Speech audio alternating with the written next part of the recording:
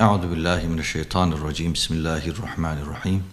El haccu eşhurun ma'lumat. Femen farada fihinnel hacce fela rafata ve la fusuqa ve la cidale fil hac. Bismillahirrahmanirrahim. Ve lillahi alen nasi haccul beyti men istata'a ileyhi sebila. Ayet-i kerimelerde Yüce Mevlam Beytullah, Kâbetullah, arzın merkezi ve Allah'ın evi olan mekana Müslümanları, imkanı bulunan, yoluna güç yetirebilenleri Yüce Mevlam hacca davet etmektedir. Hac belli zamanlarda, belli bir mekanda durmayı ifade eder.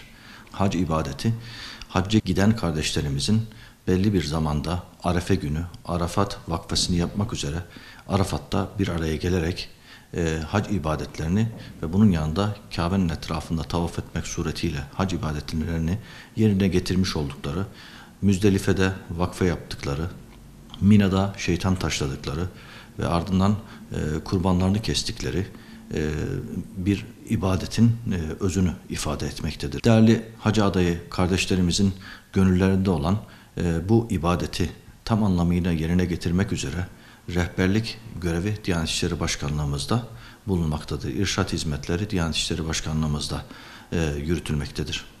Şu an itibariyle ilk hac vazifesini yerine getirmek üzere karar veren kardeşlerimize 5 Ocak 26 Ocak tarihleri arasında kayıt işlemlerimiz sürecektir.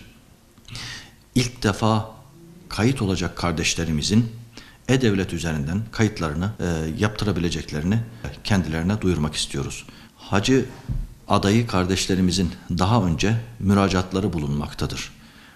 Bu müracaatı bulunan kardeşlerimizin de müracaatları Diyanet İşleri Başkanlığı tarafından otomatik olarak yenilenmiştir. İlk defa müracaat edecek kardeşlerimiz E-Devlet üzerinden müracaatlarını yapacaklardır.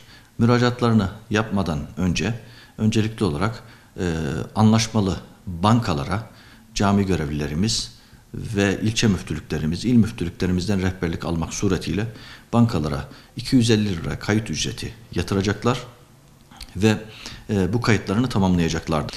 Kayıtlarını E-Devlet üzerinden yapılacağı için bizlerin sadece nasıl yapılacağı hususunda rehberlik görevimiz bulunmaktadır. Bazı kardeşlerimiz daha önceki yıllarda kayıtlarını yapmışlar. Gideceği hac kategorisi dediğimiz oda tercihli otel konaklama türünden kategorilerini belirlemişlerdir.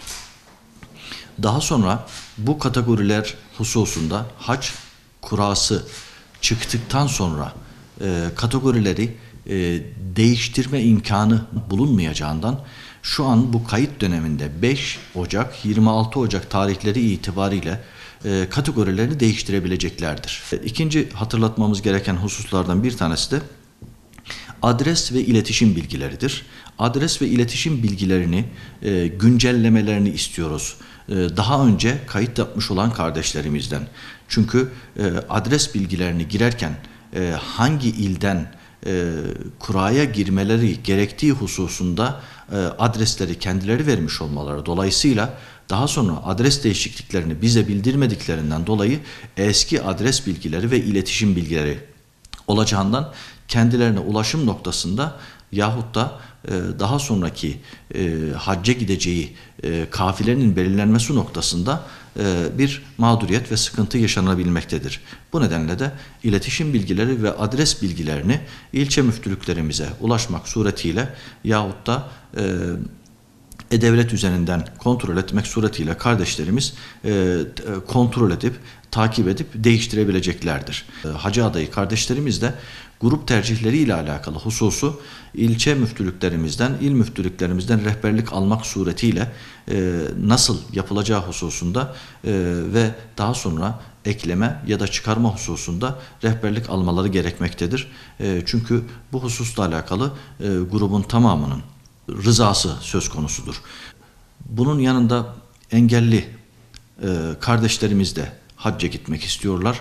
Allah hepimize, herkese nasip eylesin. Bu kardeşlerimizin hasta, yaşlı ve refakata muhtaç durumda olanların refakatleri yanlarında söz konusu. Ancak yanlarında refakatçi olacak olanların daha önce hacca gitmemiş olanlardan olması tercih edilecektir. Gidenler gönderilemeyecektir. Bu vesileyle hacca gitmek üzere niyet etmiş olan kardeşlerimizin inşallah kuraları, niyetleri doğrultusunda Yüce Mevlam kendilerine hac ibadetini yapma imkanı, sağlığı ve fırsatı verir diyoruz. Müslümanlar için hac bir buluşmadır, bir araya gelmedir, birlikteliktir, tarihe bir yolculuktur, dinimizin özüne yolculuktur, Allah'ın evine misafirliktir ve kardeşliğe yolculuktur. Kardeşliğimiz, birlikteliğimiz, bütün dünya Müslümanlarının bir araya geldiği, farklı farklı renklerden, farklı farklı şekilde dini hayatını yaşayan bütün Müslümanlarla bir araya geldiğimiz, buluştuğumuz, omuz omuza Kabe'nin etrafında lebbeyk Allahümme lebbeyk, lebbeyke la şerike leke lebbeyk, innel hamde ve ni'mete leke vel mülk la şerike lek niyazlarıyla buyur Allah'ım buyur, sana geldim, emrine amadeyim. Senin eşin, ortağın, benzerin yoktur. Buyur Allah'ım buyur. Senin, mülk senindir, hamd sana mahsustur. Buyur Allah'ım buyur diyerek Allah'ın emrine amade olduğumuzu, bu emrin gereği olarak Yüce Mevlamızın misafiri olarak onun huzuruna geldiğimizi tekrar bir daha bütün benliğimizle ortaya koyduğumuz ve kardeşlerimizle beraber haccı omuz omuza, birliktelik ruhu içerisinde Yüce Mevlamızın kulluğuna ulaştığımız, gittiğimiz bir yolculuktur hac yolculuğu.